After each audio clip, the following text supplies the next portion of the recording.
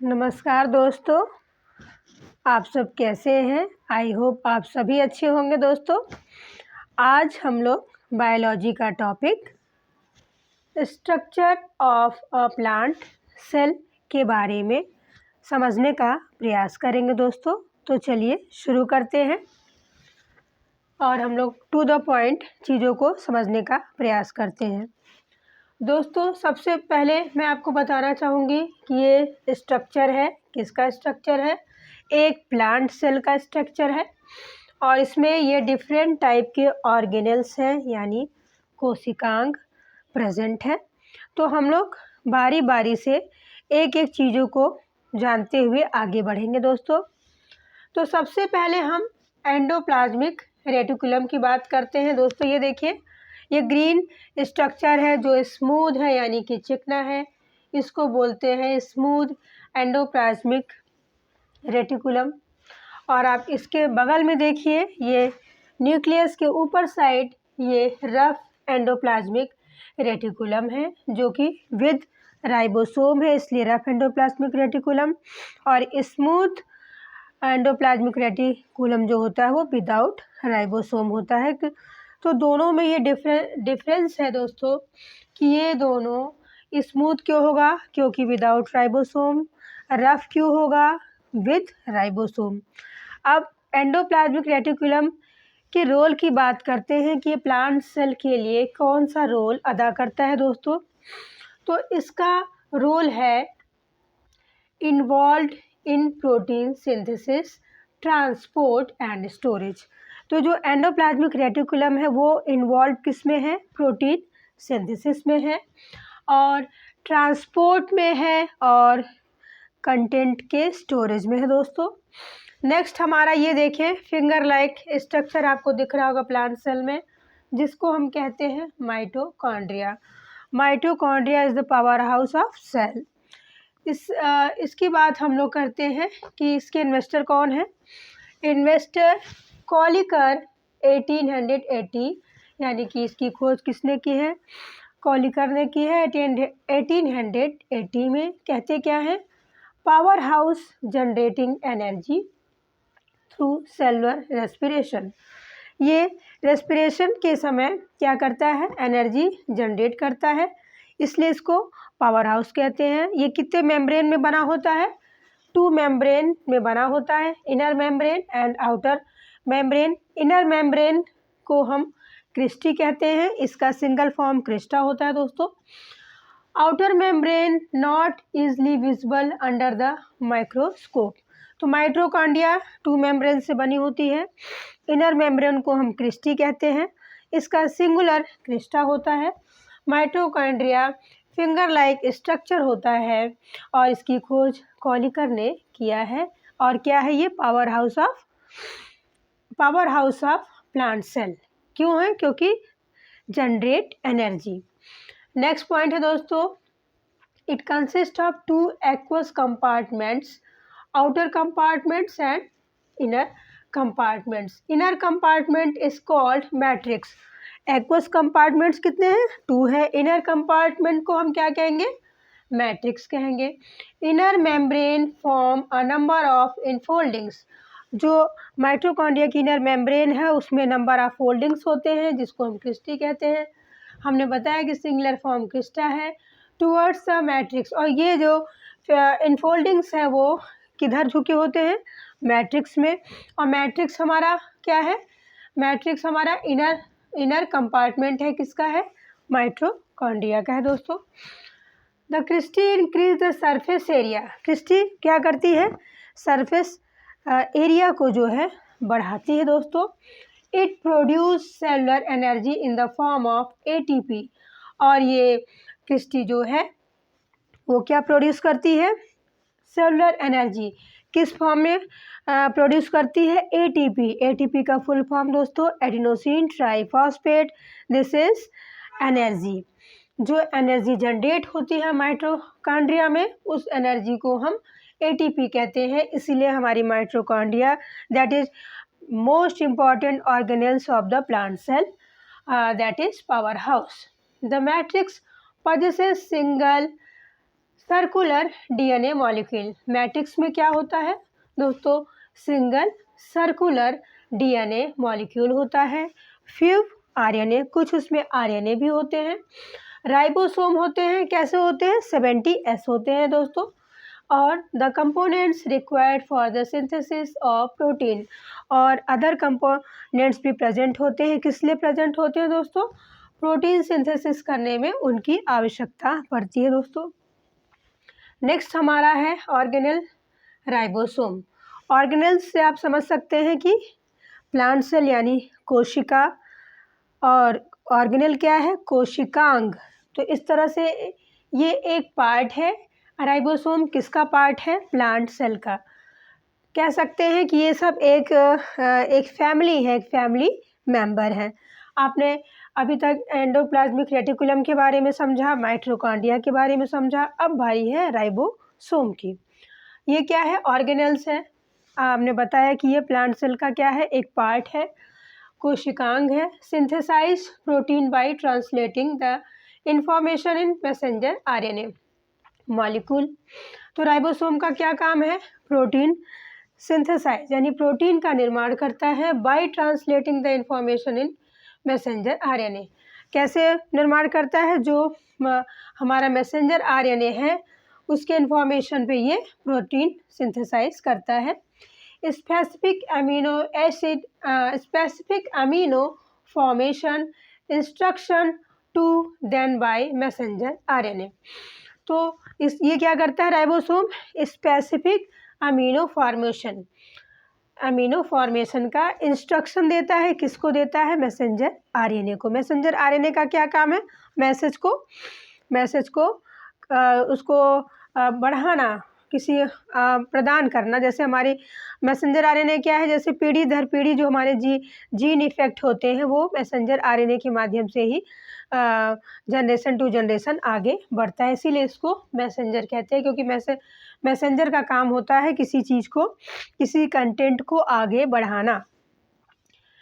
Next आप दोस्तों देख सकते हैं इस स्ट्रक्चर में प्राइमरी पिट फील्ड है। ये कोशिकाओं में आप देखिए ये ओवल शेप में है, गड्ढे गड्ढे जैसे हैं, इसको प्राइमरी पिट फील्ड कहते हैं। ये इसका क्या रोल है? In the cell wall of plant cell where substance pass out of the cell into the apoplast. इनका काम क्या है? इनका काम है कि जो सब्सटेंस प्लांट सेल में होता है उसको कहाँ पहुँचाना है, पास आउट करना है? Into the apoplast. एपोप्लास्ट एक वो है ऑर्गेनेल है, उसमें पास आउट करता है सब्सटेंस। कौन पास आउट करता है? हमारा primary pit field. Next member plant cell का दोस्तों, इसकी फैमिली का नेक्स्ट मेंबर और very much important member is lysosome. Lysosome बहुत सेक्रीफाइसेबल होता है। आइए इसकी स्टोरी हम आप समझने का प्रयास करें। सबसे पहले लाइसोसोम मेम्ब्रेन बाउंड सैक। ये देखिए लाइसोसोम रेड में आपको थैलीनुमा ये स्ट्रक्चर दिख रहा है। ये मेम्ब्रेन से बना होता है, थैलीनुमा स्ट्रक्चर होता है, और कंटेनिंग डाइजेस्टिव एंजाइम्स। और ये क्या कंटेन करता है दोस्तों? Digestive enzymes. जाहिर सी बात है कि फूड होगा तो उसको डाइजेस्ट करेगा दोस्तों। रिस्पॉन्सिबल फॉर सेलुलर डाइजेशन, और जब डाइजेस्टिव एंजाइम कंटेन किया है तो जाहिर सी बात है कि ये सेलुलर रिस्पॉन्सिबल है। किसके लिए रिस्पॉन्सिबल है? सेलुलर डाइजेशन के लिए, एंड रिसाइकलिंग, और रिसाइकलिंग की भी इसके ऊपर जिम्मेदारी है दोस्तों। Capable of lysis suicidal bag. ये क्या है? कैपेबल ऑफ लाइसिस यानी कि किस योग्य है ये खुद को सोसाइडल फॉर्म में भी रखता है। जैसे कि अगर क्या है, जब आगे हम देखते हैं, if any disturbance in the cell metabolism, अगर प्लांट सेल में यानी इसकी फैमिली में कोई डिस्टर्बेंस आता है तो ये क्या करता है? उसको बैलेंस बनाने के लिए क्या करता है कि ये सुसाइड कर जाता है। इसकी सेल्स क्या हो जाती है? सुसाइड कर जाती है, यानी कि ये खुद अपनी सेल्स को डाइजेस्टिव एंजाइम के माध्यम से डाइजेस्ट कर लेता है, और जो इम्बैलेंस प्लांट सेल में था तो वो बैलेंस हो जाता है। कोई डिस्टर्बेंस नहीं होता है प्लांट सेल में, क्योंकि वो जानता है कि उसका एक सिपाही लाइसोसोम है, वो ऑटोमेटिक खुद अपने सेल्स को डाइजेस्ट करके प्लांट सेल में बैलेंस बनाए रहता है दोस्तों। तो इस तरह से हम एक बार फिर से देखते हैं, capable of lysis if any disturbance in the cell metabolism, यानी सेल मेटाबॉलिज्म में कोई भी डिस्टर्बेंस होगा तो ये खुद जिम्मेदार होके उसको बैलेंस करता है और सही करता है, यानी कि डिस्टर्बेंस उसमें बढ़ने ना पाए और वो बैलेंस हो जाए। Then lysosomes cells are crack. After that enzymes are digest own cell. क्या करता है, मेटाबॉलिज्म डिस्टर्ब ना हो इसकी वजह से वो अपनी सेल को क्रैक कर देता है। इसके बाद जो उसका डाइजेस्टिव एंजाइम खुद का है वो इसकी सेल्स को डाइजेस्ट कर देता है। तो जो डिस्टर्बेंस था उसके परिवार में, उसके प्लांट सेल में, और वो क्या हो जाता है, वो शांत हो जाता है, डिस्टर्बेंस दूर हो जाता है दोस्तों। इसीलिए इसको सुसाइडल बैग भी कहते हैं। ये क्वेश्चन अमूमन बहुत आता है कि which organelles is the suicidal bags. तो lysosome is the suicidal bag. It contain protease, ribonuclease, deoxyribonuclease, phosphatase. ये क्या है, एंजाइम्स है। कौन कौन से हैं, protease, ribonuclease, deoxyribonuclease and phosphatase enzymes इसमें प्रेजेंट होते हैं, जो कि डाइजेस्टिव एंजाइम्स है। आपने समझा कि इसमें कंटेन होता है digestive enzymes responsible for cellular digestion and recycling, capable of lysis, that is known as suicidal bags of plant cell. What is the suicidal bags of plant cell? That is lysosome. तो lysosome बहुत जिम्मेदार person है। किसका जिम्मेदार person है, अपने plant cell के परिवार के लिए दोस्तों। अब हम बात करते हैं न्यूक्लियस की। न्यूक्लियस का स्ट्रक्चर हम देख लेते हैं। न्यूक्लियस जो हमारा है वो न्यूक्लियर मेम्ब्रेन से कवर्ड होता है और न्यूक्लियस के अंदर एक न्यूक्लियोलस होता है और न्यूक्लियस के आउटसाइड में पोर्स होते हैं, उनको हम बोलते हैं न्यूक्लियर पोर दोस्तों। अब न्यूक्लियस का क्या रोल है प्लांट सेल में, इसके बारे में भी हम आप समझने का प्रयास करेंगे। सबसे पहला point, control centre of the cell. क्या करता है वो सेंटर, प्लांट सेल का जो सेंटर होता है उसको कंट्रोल करता है। कंटेनिंग डीएनए, और क्या होता है उसके पास, डीएनए होता है। Surrounded by double membrane, nucleus किससे सराउंड होता है, डबल मेम्ब्रेन से सराउंड होता है, जिसको न्यूक्लियर इनवेलप भी कहते हैं, यानी कि आवरण होता है वो डबल मेम्ब्रेन होता है, यानी कि इसमें कंटेन होता है डीएनए। और central of the cell, control centre of the cell होता है ये, called nucleus membrane, nuclear membrane दोस्तों। Nucleus consist of nucleoplasm, nucleus जो हमारा किससे कंसिस्ट होता है, न्यूक्लियोप्लाज्म से। Nucleolus, nuclear pore, nuclear membrane. Investor कौन है न्यूक्लियस का, रॉबर्ट ब्राउन है। उन्होंने कब खोज की थी, 1883 में। तो आप कह सकते हैं केंद्रक की खोज किसने की, तो रॉबर्ट ब्राउन ने 1883 में किया, यानी कि न्यूक्लियस के इन्वेस्टर कौन है, mister Robert brown is investor in 1883। Next, इस प्लांट सेल का सिपाही कौन है, इस परिवार का मेंबर कौन है, तो हम बात करेंगे सेल वॉल की। Outer most layer providing support, protection and shape. इसका क्या रोल है, क्या इन्वॉल्वमेंट है प्लांट सेल में, तो ये क्या करता है, ये आउटर मोस्ट लेयर है, प्रोवाइडिंग सपोर्ट यानी कि अपने प्लांट ऑर्गेनेल्स को, प्लांट सेल के ऑर्गेनेल्स को सपोर्ट करता है, प्रोटेक्ट करता है, यानी उनकी सुरक्षा करता है और एक शेप देता है। और ये किससे बना होता है सेल वॉल, तो ये सेलुलोज से बनता है। कुछ प्लांट्स में हेमीसेलुलोज से बनता है, लिग्निन से बनता है और पेक्टिन से बनता है दोस्तों। अब हम बात करते हैं साइटोप्लाज्म की।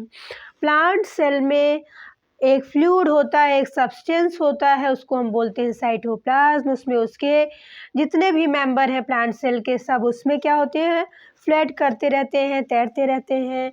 और सभी कह सकते हैं साइटोप्लाज्म का काम है कि सभी मेंबर्स को आपस में जोड़ के रखना, किस में रखना, प्लांट सेल के अंदर दोस्तों। तो आइए देखते हैं इसका रोल क्या है प्लांट सेल के अंदर। सबसे पहले साइटोप्लाज्म का नेचर कैसा है, ये जेली लाइक सब्सटेंस है, इनसाइड द सेल मेम्ब्रेन, यानी कि सेल मेम्ब्रेन के अंदर इसका नेचर जेली लाइक होता है और जेली लाइक सब्सटेंस ये होता है।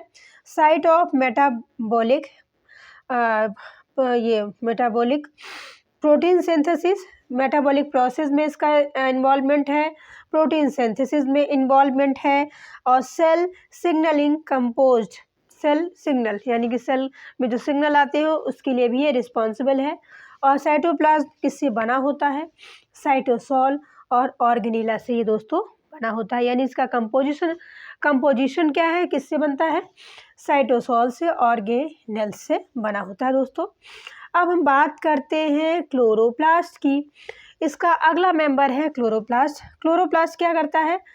Chloroplast occur in plant cell. ये क्लोरोप्लास्ट कैसा होता है? ग्रीन होता है। और किस में पाया जाता है? प्लांट सेल में पाया जाता है, एनिमल सेल में ये नहीं पाया जाता है दोस्तों। क्यों नहीं पाया जाता है? क्योंकि ये responsible for photosynthesis, chloroplast responsible है फोटोसिंथेसिस के लिए, इसलिए ये प्लांट सेल में पाया जाता है। इनर मेम्ब्रेन इसकी क्या होती है? थैलेकोइड होती है। तो किसकी मेम्ब्रेन थैलेकोइड होती है? तो क्लोरोप्लास्ट की मेम्ब्रेन थैलेकोइड होती है। क्लोरोप्लास्ट किस में पाया जाता है? प्लांट सेल में पाया जाता है। एब्सेंट किस में होता है? एनिमल सेल में एब्सेंट होता है। इसकी ड्यूटी क्या है? ये प्रोटीन सिंथेसिस में इन्वॉल्व होता है। इसकी ड्यूटी है कि अपने प्लांट के लिए फोटोसिंथेसिस करे। नेक्स्ट मेंबर प्लांट सेल का क्या है? Basal body. बेसल बॉडी आप देख सकते हैं, ये स्ट्रक्चर उभरा हुआ स्ट्रक्चर है। ये ऑर्गेनेल क्या करता है? Organelle that involve many function, motility, cell division and sensing. तो ये जो हमारा बेसल बॉडी है, मोटेलिटी में, सेल डिवीजन यानी जो हमारी मियोसिस और माइटोसिस प्रोसेस है उसमें भी इन्वॉल्व होता है, और सेंसिंग में भी इन्वॉल्व होता है। अब अगले मेंबर की हम बात करते हैं। हमारा अगला मेंबर है सीलियम। दोस्तों ये सीलियम है। इसका रोल क्या है? ये ऑर्गेनेल्स है दैट इन्वॉल्व मेनी फंक्शन, जैसे motility, cell division and sensing, इसका भी वही काम है सीलियम का। अब हम गोल्जी अपरेटस की बात करते हैं। गोल्जी अपरेटस ये है दोस्तों, देखिए ये देखिए उस पर ये ग्रीन गोल्जी अपरेटस है। ये भी इम्पॉर्टेंट पार्ट किसका है? हमारे प्लांट सेल का है। तो गोल्जी अपरेटस दोस्तों, इन्वेस्टर कौन है? Camillo Golgi, 1898, work as a secretory organ of the cell. इसका भी इम्पॉर्टेंट रोल है प्लांट सेल में, ये भी एक महत्वपूर्ण भूमिका निभाता है हमारा गोल्जी अपरेटस। इसको क्या कहते हैं?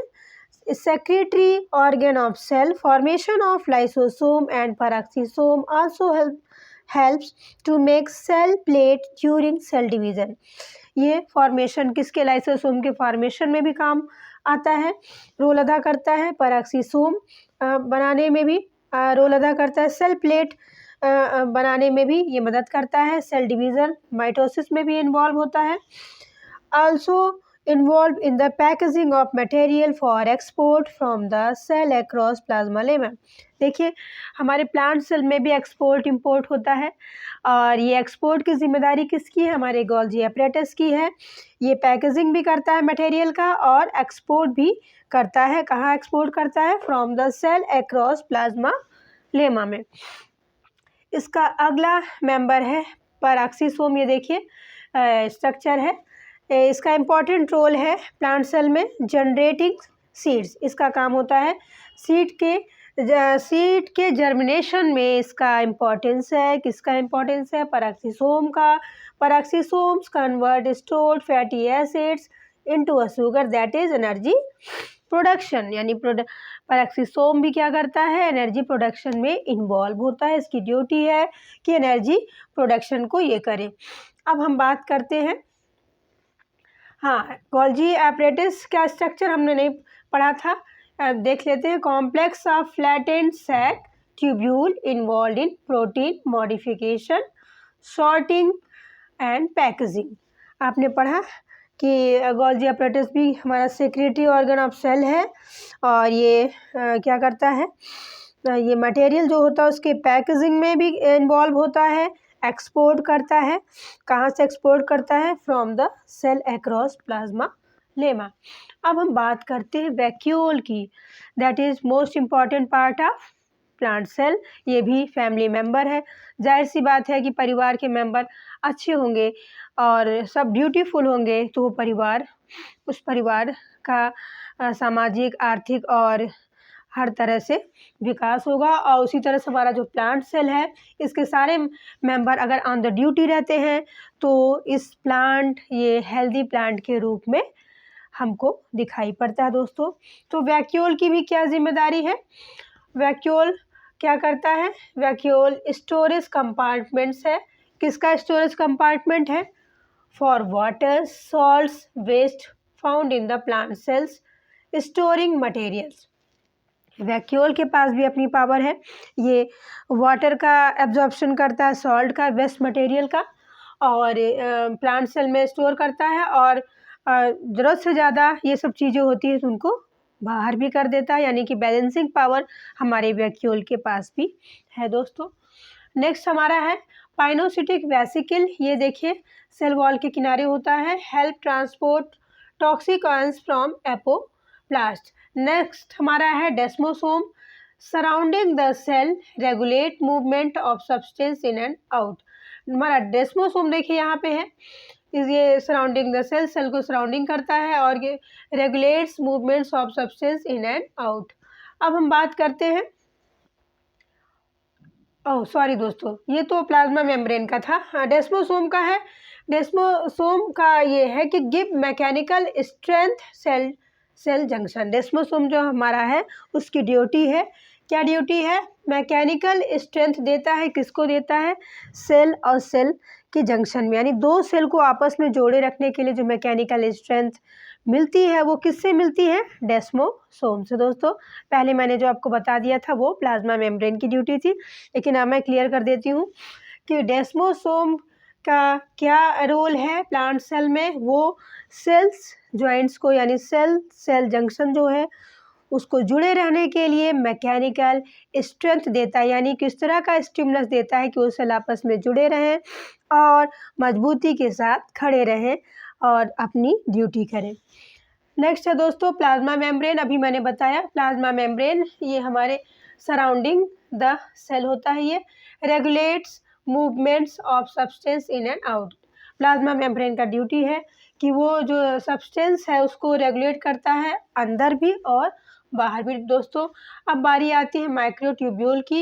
ये सेल शेप और सेल डिवीज़न में इन्वॉल्व होता है दोस्तों।